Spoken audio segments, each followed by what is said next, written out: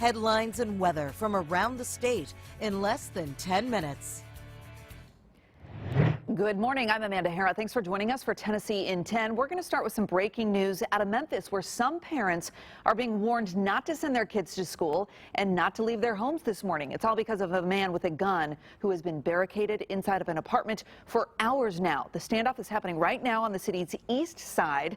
This all started around 11:30 last night and is still dragging on now this morning.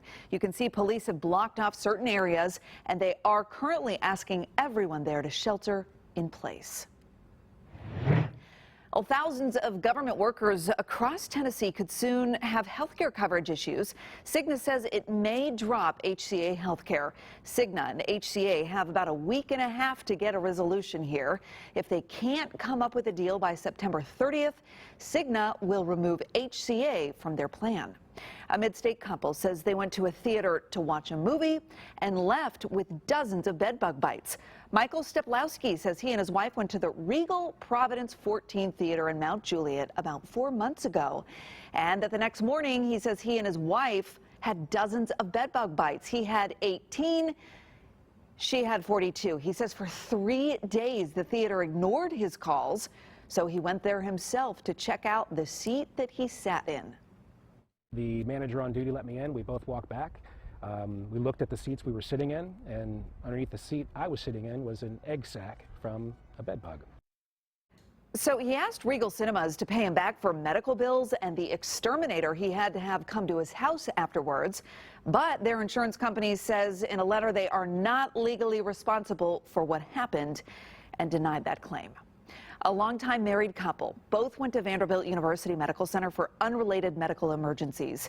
Tommy and Virginia Stevens have been married 69 years.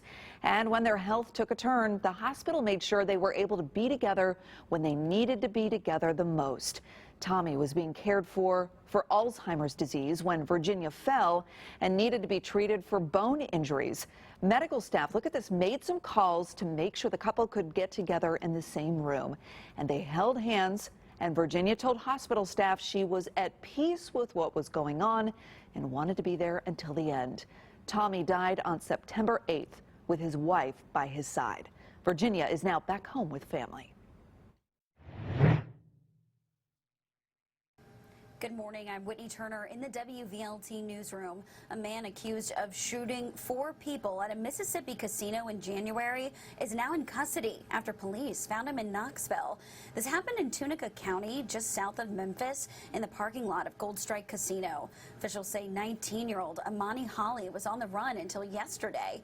U.S. Marshals arrested him in a Knoxville apartment off South Hall of Fame Drive near Lula Powell Drive.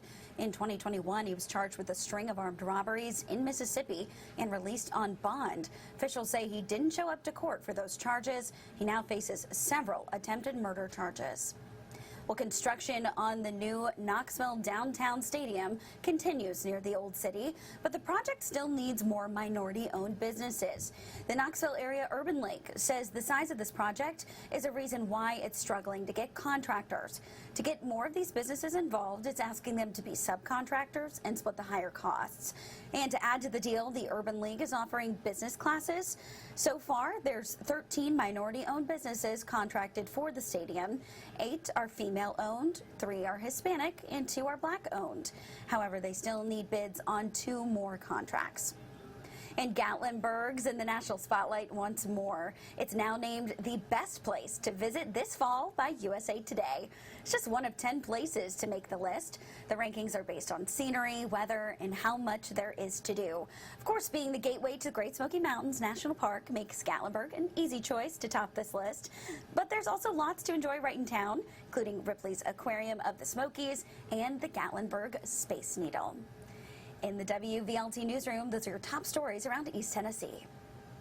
All right, Whitney, thanks. Stefano DiPietro, our meteorologist here in Nashville, joining us with a look at the forecast where you live. Some people, Stefano, have an opportunity to see some rain maybe later tonight. A little rain later today, overnight tonight, and maybe even into tomorrow morning. Now, we could use some rain here in the state. It's not drought levels, but your grass is probably dry, and I'm sure it's been tough keeping up with the garden over the last couple of weeks as well. So the rest of our day today should stay relatively quiet across most of the state. What we are going to watch for is late this afternoon and early this evening. evening. A couple of showers and even a thunderstorm to fire up in parts of West Tennessee. That will then move toward Middle Tennessee late tonight going into tomorrow morning. So for those of us around Nashville, we could have some rain for our morning commute. That should quickly taper off as we get to the afternoon with temperatures tomorrow that should be everywhere from the 80s, lower to mid 80s to maybe some 70s in some higher elevations. Then the forecast, Amanda, is looking dry right through our weekend. All right, shaping up for the weekend. Stefano, thanks. Thanks for joining us for Tennessee in 10 in Nashville at WSMV. I'm Amanda Hara. Have a great day. This is Tennessee in 10. Headlines and weather from around the state in less than 10 minutes.